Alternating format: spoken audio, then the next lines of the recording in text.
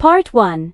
The shattering voicemail. Still remember the exact moment my world cracked open like a thunderclap in a silent room. It was a rainy Tuesday evening, and I'd just stepped out of a long meeting, my phone buzzing insistently in my pocket. Pulling it out, I saw the missed call from Mom, followed by a voicemail notification. Smiling, I hit play, expecting her usual chatter about garden tomatoes or neighborhood gossip. Instead, her voice sliced through the air, cold and final. Don't come back. You're not welcome here anymore. Click. No explanation. No goodbye. Just those 5 words that hung in the air like a guillotine. My knees buckled slightly, and I leaned against the nearest wall in the parking garage, the fluorescent lights buzzing overhead like angry bees. The rain pounded on the concrete outside, a relentless drumbeat that matched the sudden chaos in my chest. How could this be happening? Mom and we were supposed to be unbreakable. Flashbacks hit me like waves, crashing on a shore, pulling me under. I was 10 years old again, huddled in the corner of our living room, after Dad's funeral. The house felt too big, too empty, with his favorite armchair staring back at us like a ghost. Mom had knelt down, her eyes redrimmed but fierce, and pulled me into a hug that smelled of lavender soap and determination. "It's you and me now, kiddo," she'd whispered. "We'll get through this together. And with you." She traded her dreams of being an artist for double shifts at the diner and the factory, scraping by so I could have school supplies, socklets, and eventually, that scholarship to college. I repaid her in every way I knew how. Straight A's, a job right out of school in finance, climbing the corporate ladder until I could send checks home every month. For the house repairs, I'd say, or just because you deserve it. Last year, when she confessed over a crackling phone line that the bills were piling up, the roof leaking, the heating system on its last legs, I didn't hesitate. I set up the family trust fund, funneling in my bonuses and savings, making sure it was ironclad, protected. It was my way of saying thank you, of ensuring she'd never have to worry again. And then there was the house deal. Oh God, the house deal. I'd found this perfect little cottage by the lake, the kind with a wraparound porch and views that could heal a broken soul. It was her dream retirement spot, something we'd talked about for years during those late-night kitchen table conversations. I'd handled everything discreetly: the down payment, the inspections, the closing set for next week. I could already picture the surprise party, her eyes lighting up as I handed over the keys, balloons floating, laughter filling the air. But now, that voicemail erased it all. I played it again, hoping maybe I'd misheard, that it was a prank or a wrong number. No such luck. Her voice was unmistakable, clipped, edged with something I couldn't place. Anger, hurt, betrayal. My mind raced through our last conversation just 2 days ago. She'd sounded off, distant, mentioning this new friend, Victor, a real estate developer who'd been helping with some investments. I'd brushed it off, too wrapped up in my own excitement about the cottage.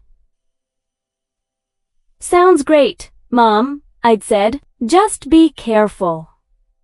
Had that been the trigger? Or was it deeper, rooted in the years I'd spent away, building a life in the city, while she stayed in that old Victorian on Elm Street, the paint peeling like forgotten memories? The rain intensified, sheets of it slamming against the garage entrance, mirroring the torrent inside me. I slid down the wall, sitting on the cold floor, my suit getting damp from puddles. Tears came then, hot and unbidden, mixing with the grime on my face. How dare she?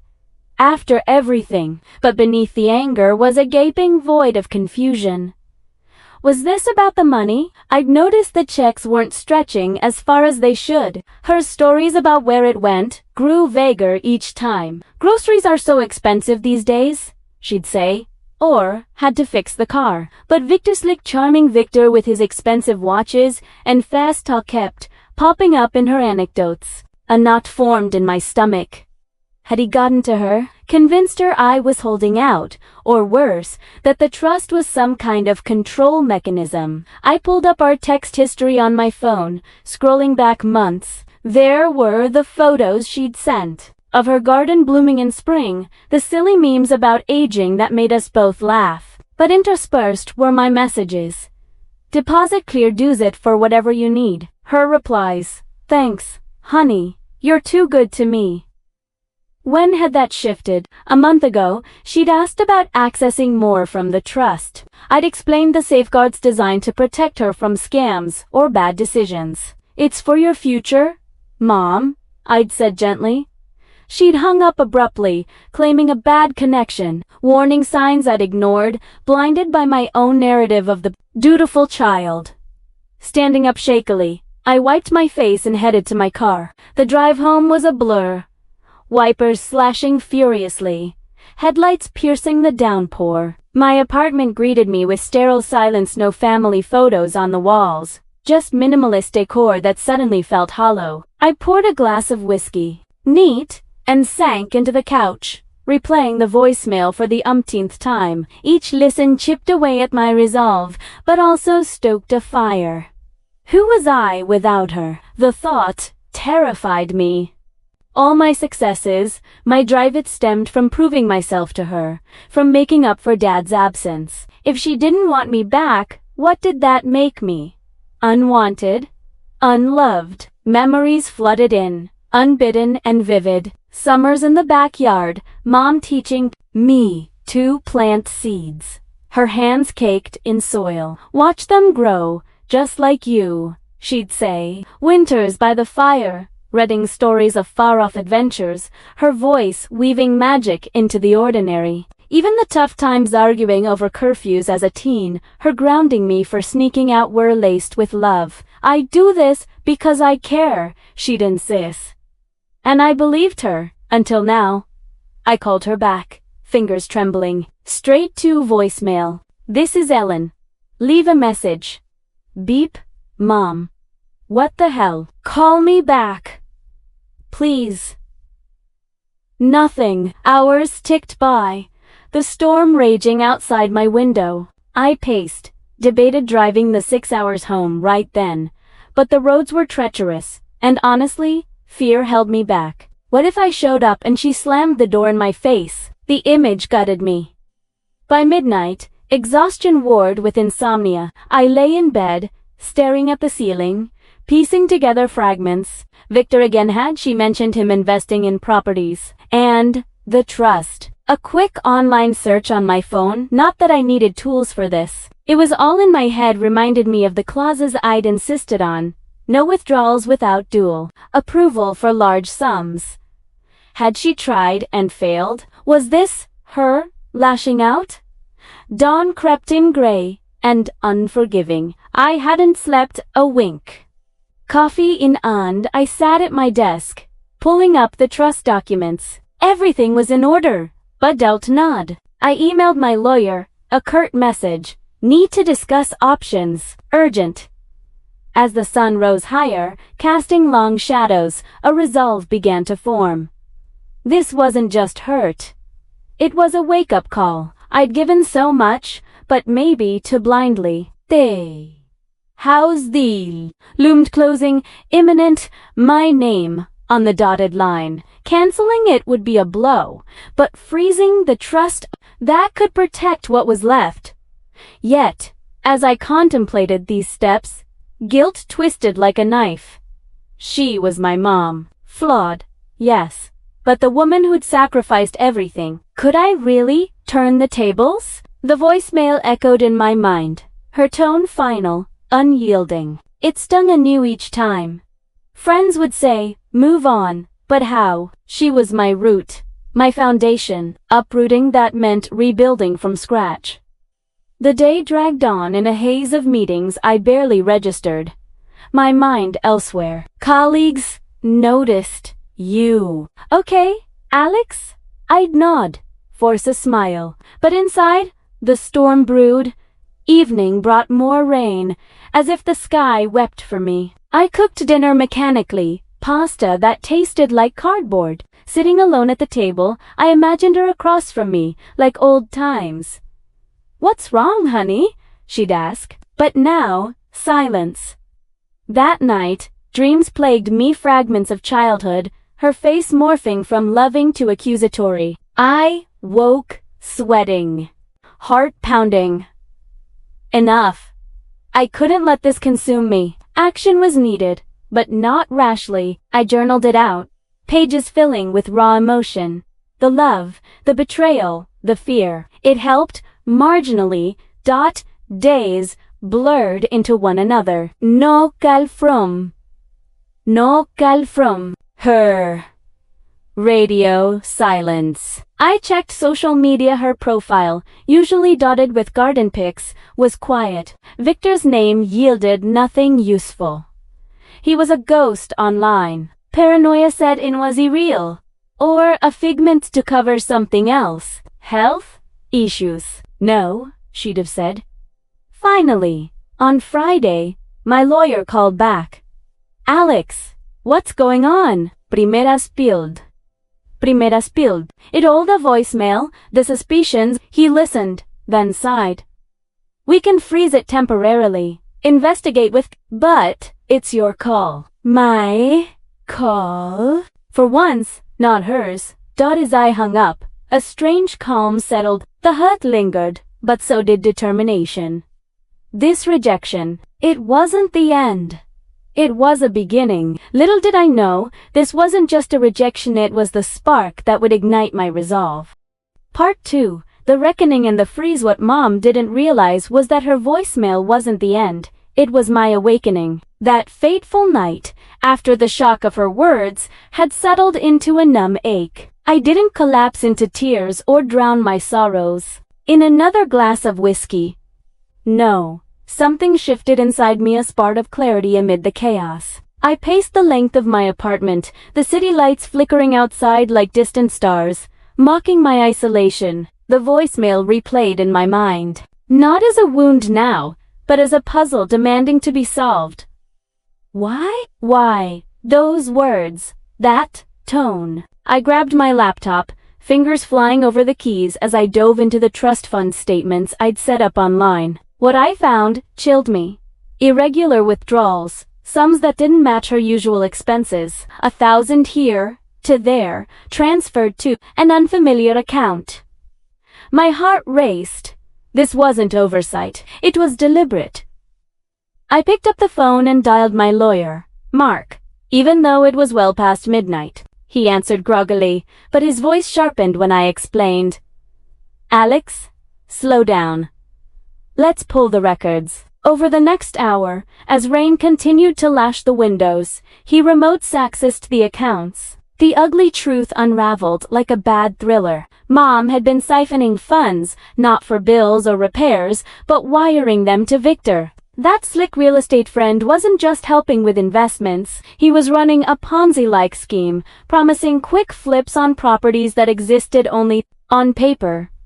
And the house deal there, lakeside cottage I'd poured my soul into. Documents showed she'd co-signed the loan application without my knowledge, using the trust as collateral to leverage more credit. Her plan, apparently, was to close the deal, sell it immediately for profit, and split the gains with Victor. My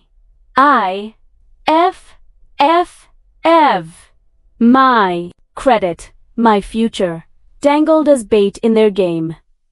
Betrayal surged through me, hotter than any anger I'd ever felt. It wasn't just the money, it was the violation of trust, the twisting of my gestures of love into tools for deceit. I'd built that fund brick by brick, sacrificing vacations, late nights at the office, all to give her security.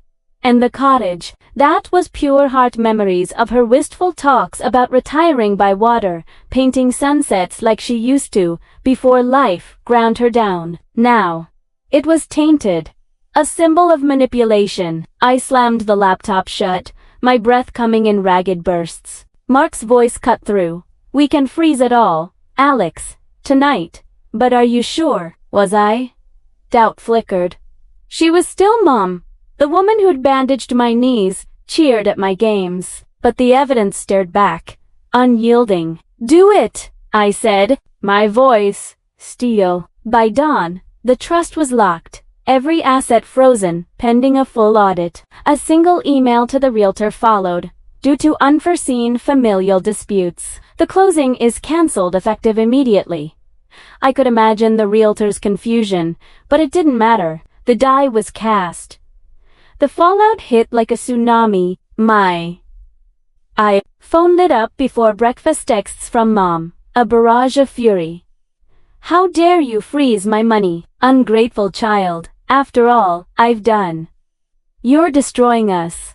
Us. There was no us anymore. Not like, tease. I stared at the screen. Each message, a dagger. But I didn't respond. Not yet. Not yet. Victor, predictably, ghosted, his number disconnected, his online profiles scrubbed. A quick search on my own.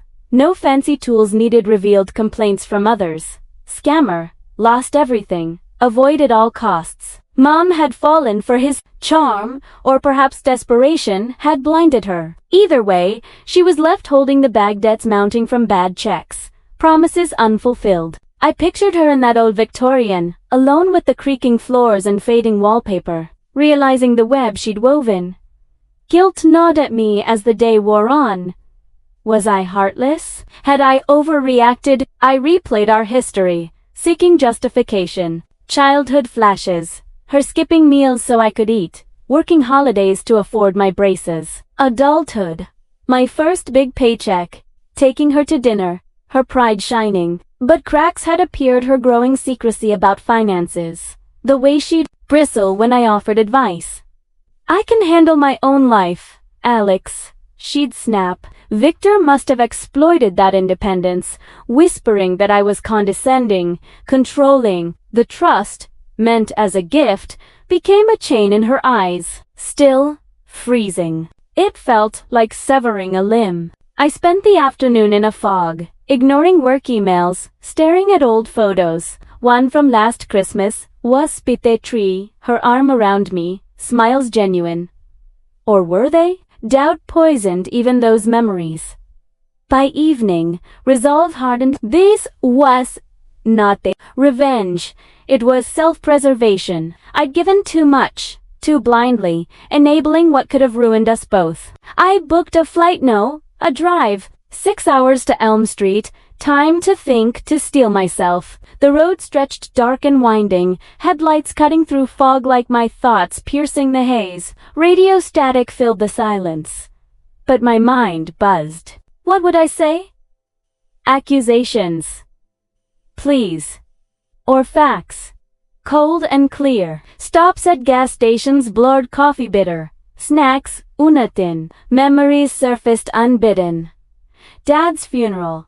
Her strength holding me up. My college send-off. Her tears mixed with pride. Recent calls. Her excitement about Victor's big plans. How had I missed the red flags? Arriving at dawn, Elm Street looked unchanged, the Victorian house, with its sagging porch, garden overgrown but defiant. My knock echoed.